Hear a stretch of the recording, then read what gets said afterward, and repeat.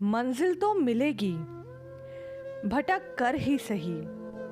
गुमराह तो वो हैं जो घर से निकले ही नहीं। वक्त गहरे समंदर में गिरा हुआ मोती है, जिसका दोबारा मिलना नामुमकिन है। अगर तुम हारने से नहीं डरते तो तुम्हें कोई नहीं हरा सकता। परिंदा जब उड़ने की ठान ले तो हवा को रास्ता देना ही पड़ता है। गुस्सा कोई बड़ी चीज नहीं है अगर उसकी समत सीधे रास्ते की तरफ कर दी जाए। इस दुनिया में अगर आपका रिश्ता अल्लाह से मजबूत है तो कोई भी शय आपका कुछ नहीं बिगाड़ सकती।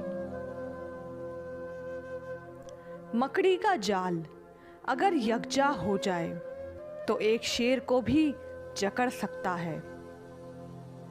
जिंदगी में हर मौके से फ़ायदा उठाओ, लेकिन किसी के भरोसे और जज्बात से नहीं। ख्वाब जिनके ऊंचे और मस्त होते हैं, इम्तिहान भी उनके ज़बरदस्त होते हैं। शाखें रहे तो फूल भी, पत्ते भी आएंगे। ये दिन अगर बुरे हैं तो अच्छे भी आएंगे।